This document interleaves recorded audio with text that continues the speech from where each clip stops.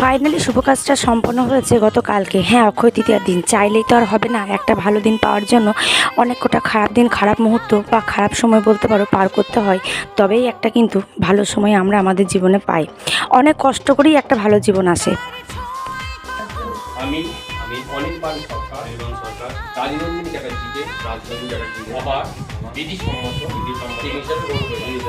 আমি রাজনন্দিনী চ্যাটার্জি অনির্বাণ সরকারকে আমার বিধিসম্মত স্বামী হিসেবে গ্রহণ করি।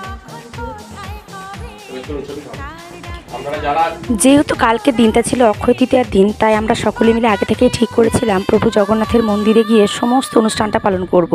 হ্যাঁ, এই ইচ্ছাটা যদিও মাসিমা মানে আমার ভাইয়ের যে বউ রাজনন্দিনী, তার মায়ের ইচ্ছা ছিল। যেহেতু মাসিমা ছিলেন উড়িষ্যার মেয়ে, জগন্নাথের প্রতি ছিল তার অন্তরের থেকে একটা চাওয়া, আর সেই চাওয়াটা না ভগবান কিন্তু পূরণ করেছে।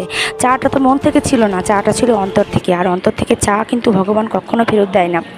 তো যাই হোক, ওখানে ওদের সমস্ত কাজ সম্পন্ন করার পর চলে এসেছিলাম প্রভুর কাছে। প্রথমে প্রণাম করার পর, পুজো দেওয়ার পর আমরা সকলে মিলে প্রভুকে সঙ্গে করে নিয়ে মা, বাবা, আমার হাজবেন্ড, মামা, জেঠিমা, মাসিমা, মেসোমশাই সবাই মিলে ওদেরকে দু হাত ভরে আশীর্বাদ করেছি। হ্যাঁ, অনুষ্ঠানটা কিন্তু এখানেই শেষ করিনি।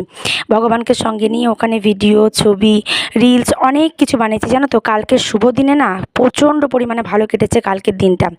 মাসিমায়ের ইচ্ছা ছিল এই শুভ দিনে একটু ভগবানের ভোগ প্রসাদ গ্রহণ করবো, তাই আর কি মন থেকে চাওয়া যায় ভগবান শুনে নেওয়া। তাই যাই হোক, এখানে সমস্ত কাজ সম্পন্ন করার পর ভাই, ভাইয়ের বউ আর ফ্যামিলির সবাইকে নিয়ে বসে গেছিলাম টেবিলে একসঙ্গে ভোগ খেতে।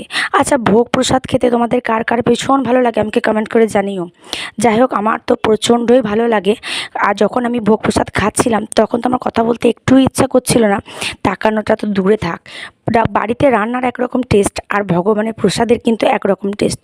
এবার তো বাড়ি ফেরার পালা, কিচ্ছু করার নেই। ভগবানের সঙ্গে সারাটা দিন একটা আনন্দের মুহূর্ত কাটানোর পর যখন বাড়ি আসার সময় হলো, তখন কিন্তু মনটা খারাপ লাগছিল। তাই ভাবলাম বাড়ি কেন শুধু শুধু যাই, ভগবানকে ক্যামেরাবন্দি করে নিয়ে যাই।